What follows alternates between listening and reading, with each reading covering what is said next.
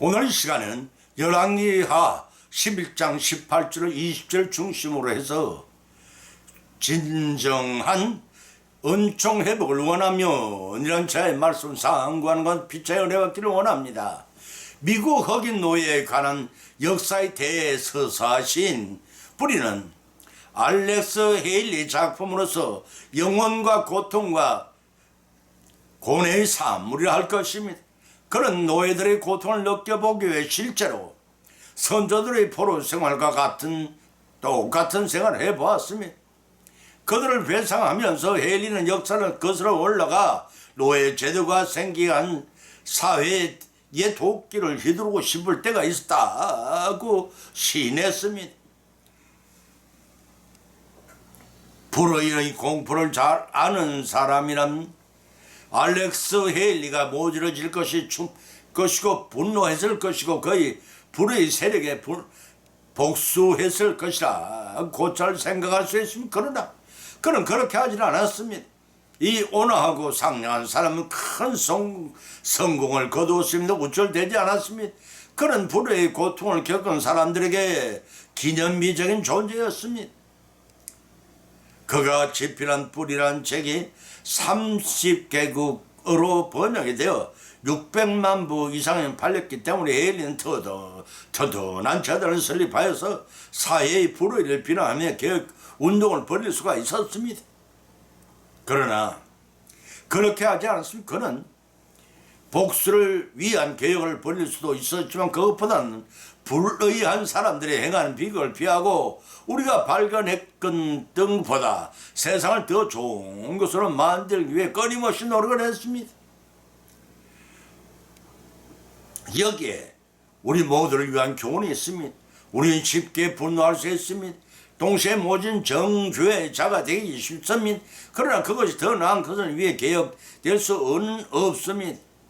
때문에 옳지 않은 것에 대해 정죄자가 되기보단 선하고 옳은 것을 위한 진정한 개혁으로 은총받는 자가 되기로 결심하십시다.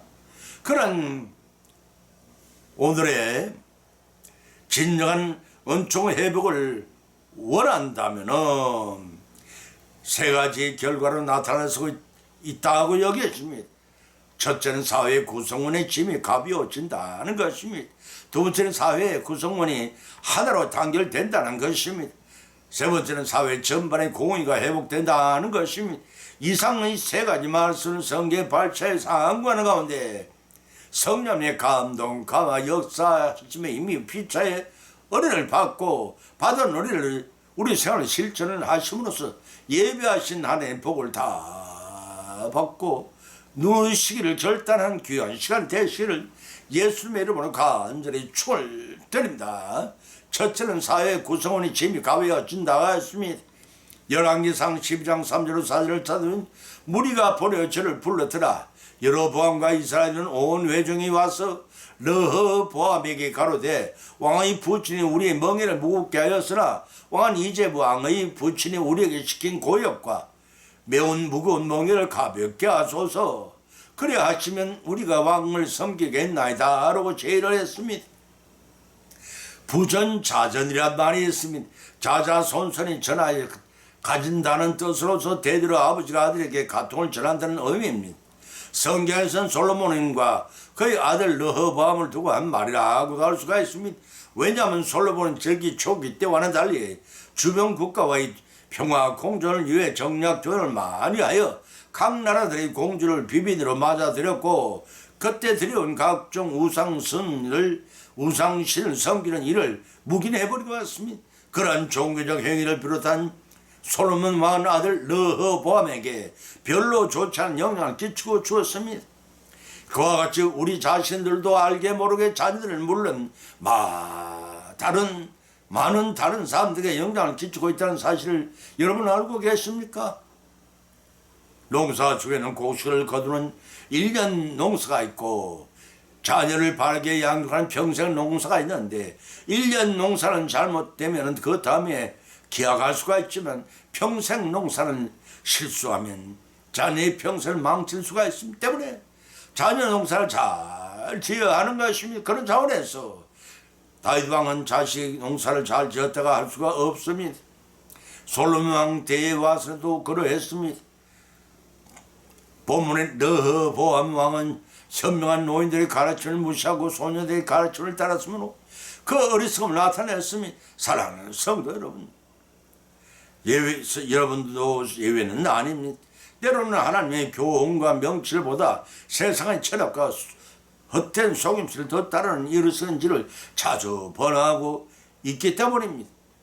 시편 72편 24절의 시편 기자처럼 주님의 교훈으로 나를 인도하시고 후에는 영광으로 나를 영접하시리니 하늘에서는 주 외에 누가 있으리요 땅에서는 주님 밖에 나의 사모할 자가 없나이다.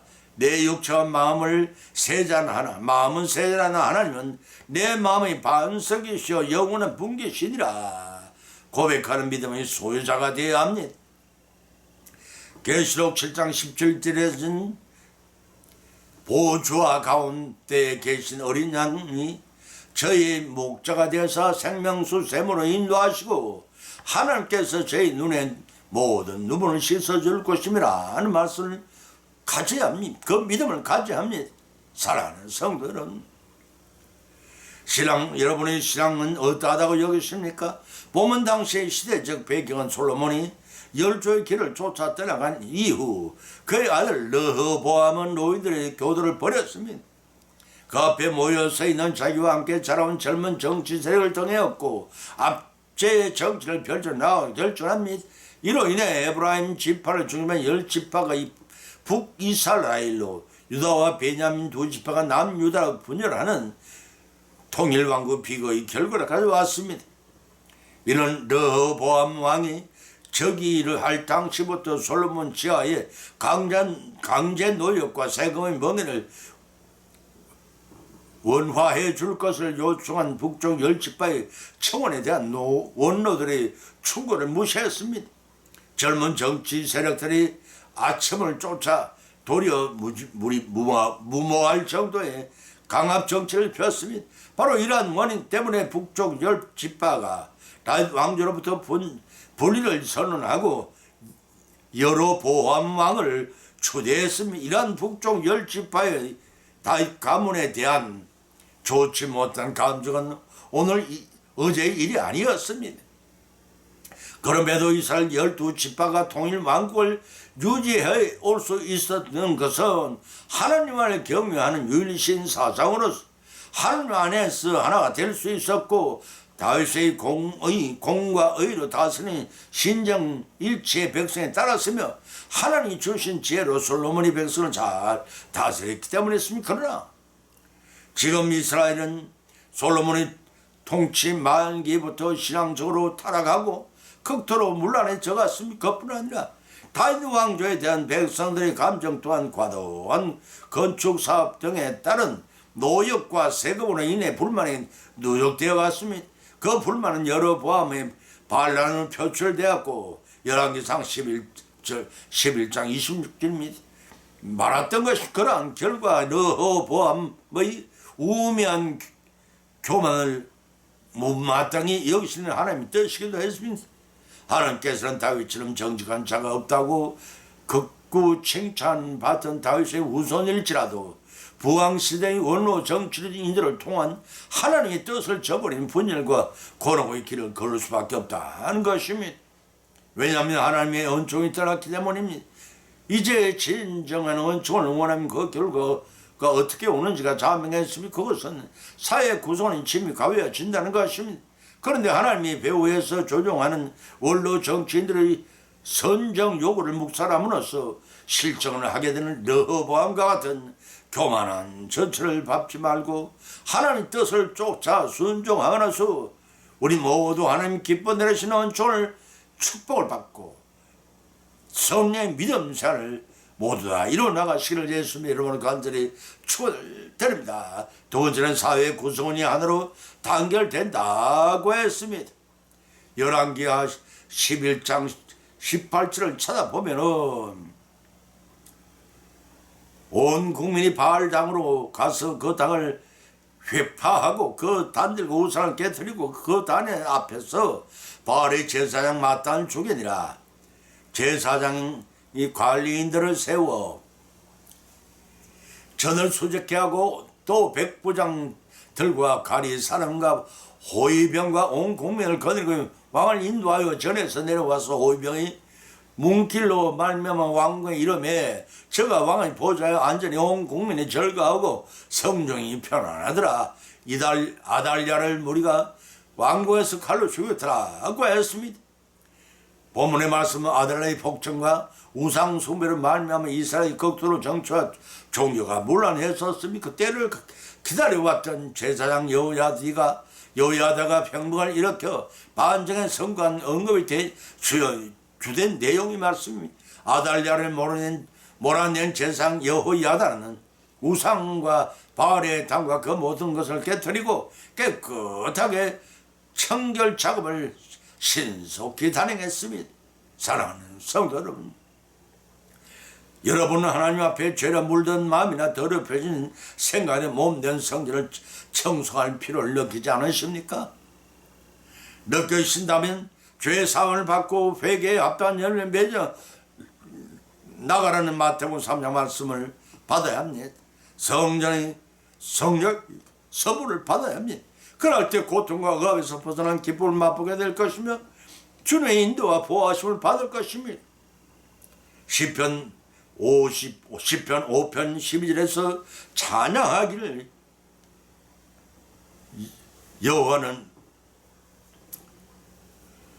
여호와여 주는 의인에게 복을 주시고 방패로 함같이 은혜로 저를 호위하시느이다 라고 했거든요. 이러한 은혜가 우리 모두에게 임하기를 축원합니다. 사필 귀정이란 말이 있습니다. 이 말의 뜻은 처음에는 12곡축을 가르치지 못해 그렇되더라도 모든 일은 결국에는 반드시 정한 이치로 돌아간다는 뜻입니다. 다시 말해서 올바르지 못한 것은 오래가지 못하고 죄는 지어 내려가고 물은 정해진 대로 흐른다 하는 뜻입니다. 성경에서도 심은 대로 거둔다고 했습니다. 그 심판의 원리대로 아합 왕의 딸이요 요람 왕의 왕비였던 아달랴가 포악성을 드러내어 자식을 다 죽였습니다. 그런 다음 자신이 왕위에 올랐지만 제사장 여호야다가 성전의 비밀 리에 숨겨 길러온 요시야 어린 왕자를 세워 마침내 왕을 삼아 온 국민이 즐거워하였더라고 했습니다. 성전에서도 심은 대로 거둔다고 했습니다. 그 심판대로 원리대로 아합의 왕의 딸 요람 왕의 왕비였던 아달랴가 포악성을 드러냈지만 마침내 패배하고 말았다는 것입니다. 이 소식을 접한 아달랴는 배역이다 외쳤지만 아무도 동조하는 자들이 없는 가운데 백부장들에 끌려나가 죽임을 당하는 종말을 맞습니다. 이를 가리켜 살필 기적이라고 합니다. 한 겹의 삼줄보다 세 겹의 삼줄이 더 질기다고 성경은 우리에게 교훈하고 있습니다. 아달랴 왕비가 잔인한 성품을 드러낸 자식을 모조리 다 죽이고 왕위를 잠시 찬탈할 때 그 10분의 위세는 그 누구도 대항할 수가 없었습니다. 그러나 제사장 여호야다를 비롯한 합심된 정통한 세력들은 때가 이르매 하나님의 사역하심에 힘입어 반정에 성공합니다. 그것은 어린 요시야 왕과 그를 다시 왕으로 세우려는 제사장을 비롯한 백부장들 온 국민의 하나로 단결을 할 때 하나님께서 그들이 반정 개혁을 은총을 입게 하신 것입니다. 하나님은 한나라의 흥망성쇠와 한나라의 왕이나 대통령까지도 임의로 세우시기도 하시고 폐하기도 하시는 절대 전능하신 분이심 때문에 주님이 보시기에 합당한 일을 사회의 구성원이 하나로 단결될 때 원하는 바를 성취게 하시는 하나님의 은총을 내리시다는 사실을 믿으시기 바랍니다. 이제 진정 은총을 원하는 어떤 결과가 오는지가 참했었습니까? 그것은 사회 구성원이 하나로 단결되어 부조리한 사회를 개혁하기 위한 원할 때 이를 합당히 여기신 하나님의 개입하시는 은총의 결과라 성공적인 성취를 하게 된다는 뜻입니다.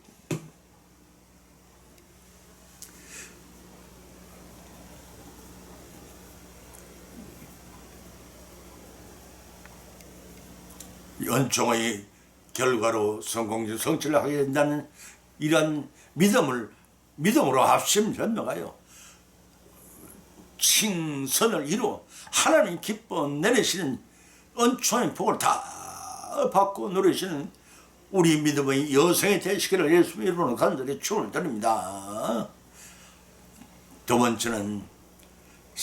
세 번째는 사회 전반의 공의가 회복된다고 했습니다. 역대하 19장 4절로 6절과 11절을 찾아보면 기록하기를 여호사밧이 예루살렘에 그 아들이 나가서 브엘세바 에브라임 산까지 민간에 순행하며 저희를 그 열조의 하나님 여호와께로 돌아오게 하고 또 유다 온 견고한 성에 재판관을 세우되 성마다 있게 하고 재판관에 이르되 너희는 행한 바를 삼가라. 너희 재판한 것이 사람을 위함이 아니여 여호와를 위함이니 너희가 재판할 때 여호와께서 너희와 함께 하실지라. 여호와께서 속한 모든 일에 대제사장 아마랴가 너희를 다스리고 왕에게 속한 모든 일은 유다 지파의 어른 이스마엘의 아들 스바냐가 다스리고 네 사람들 네 앞에 관리가 되니 너희는 힘써 행하라. 여호와께서 선한 자와 함께 하실지로다 라고 하였습니다. 본문의 말씀은 제7대 유대 제7대 왕인 여호사밧의 경성과 제2차 개혁에 가는 것이 주된 내용입니다. 여호사밧 왕은 그의 부친 아사 왕을 본받아 여호와 보시기에 정직하고 선정을 베풀어 한테는 부귀와 영화를 누렸습니다. 그러나 호사다마라고 아합 왕과 친해져서 연혼을 하고 우상 숭배에 빠졌으며 악한 세력과 동맹을 맺고 하나님이 원치 아니한 일에 북이스라엘 아합 왕과 동행을 하였습니다.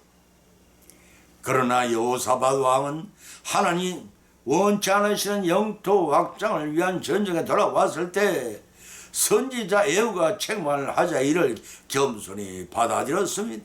역대하 17장 3절 9절에 기록된 바대로 제1차 개혁을 단행한 뒤에 이어서 제2차 개혁을 단행을 했습니다. 본문의 개혁왕의 통치 3년에 시행된 제1차 개혁 성격을 개성한 것이었습니다. 역대하 17장 7절 9절의 말씀입니다. 먼저 신앙 개혁을 통하여 하나님과 소원하였던 영적 관계를 회복하였습니다. 또한 신앙의 건강한 사법 제도를 개선하여 공의로 통치함으로써 백성들이 실제의 삶 속에서 하나님께 돌아오도록 하였습니다. 특히 사법 행정에 관한 개혁은 율법, 출애굽기 18장 13절 26절과 신명기 7장 8절 13절의 근거를 두고 재판과는 민형사 사건뿐 아니라 종교 사건도 함께 재판하였습니다. 따라서 여호사밧은 여호와의 신앙의 건강한 재판관 제도를 정비하고 아람과의 전쟁 후에 일어난 우상숭배 범죄 불법을 미연에 방지하여 사회의 안정을 꾀하는 것이었습니다. 원래 유다의 사법 제도는 하나님의 공의를 실현하고 백성들에게 평안을 주기 위한 것으로 재판보다 그 재판 제도 그 자체는 재판관의 신앙과 마음이 더 중요한 것이었습니다. 이런 관점에서 여호사밧의 유다 왕국은 하나님의 공의와 정의가 실현되는 하나님 나라의 모형으로 볼 수가 있습니다. 이제 진정 은총을 원하면 어떤 결과가 오는지가 자명했습니다. 그것은 사회 전반의 공의가 회복된다는 것입니다. 우리도 여호사밧 왕과 같이 한때는 주님이 원하시는 바를 따르는 일이 있을지라도 이를 곧 회개하고 주님이 원하시는 순종한 삶을 실천함으로써 믿음의 성숙도와 예비한 복을 다 받고 누리시는 그리고 하늘의 영원 삶을 성취해 나가시는 저와 여러분이 되시길 예수님 이름으로 간절히 축원을 드립니다. 결론을 맺습니다. 오늘의 본문 말씀 상고하는 가운데 피차의 믿음대로 은혜를 받았고 또한 세 가지 교훈을 받은 줄 압니다. 그 첫 번째는 진정한 하나님의 원총을 회복을 원하면 사회 구성원이 짐이 가벼워져야 한다는 것입니다. 두 번째는 진정한 하나님의 원총을 회복을 원하면 사회의 구성원이 하나로 단결되는 은혜를 입게 된다는 것입니다. 세 번째는 진정한 하나님의 원총을 회복하면 사회 전반의 공의가 회복된다는 것입니다. 이러한 교훈의 말씀을 받은 것으로 제발 거치지 마십시다. 우리의 실생활 가운데 받은 말씀을 실천하고 적용함으로써 성령 하나님의 은혜와 믿음이 성숙되고 주님의 인격을 담고 봄마다 잘 이루어져서 재림 주님께 알곡으로 추수되어서 영생의 복을 다 천국에서 받고 누리시는 우리 모두의 성령의 삶을 누려가시를 성취해 나가시를 예수님 이름으로 간절히 축원드립니다. 찬송가사 549장을 올리겠습니다.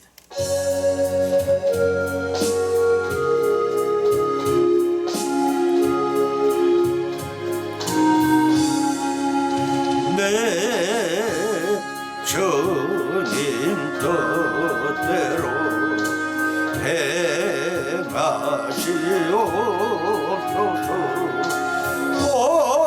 몸과 영혼을 다 주께 드리리. 이 세상 고락하 주님이 인도하시고 날 주관하셔서 뜻대로 하소서. 내 주님 뜻대로 행하시옵소서. 큰 근심 중에도 낙심케 마소서. 주님도 때로도 울기도 하셨네. 날 주관하셔서 뜻대로 하소서.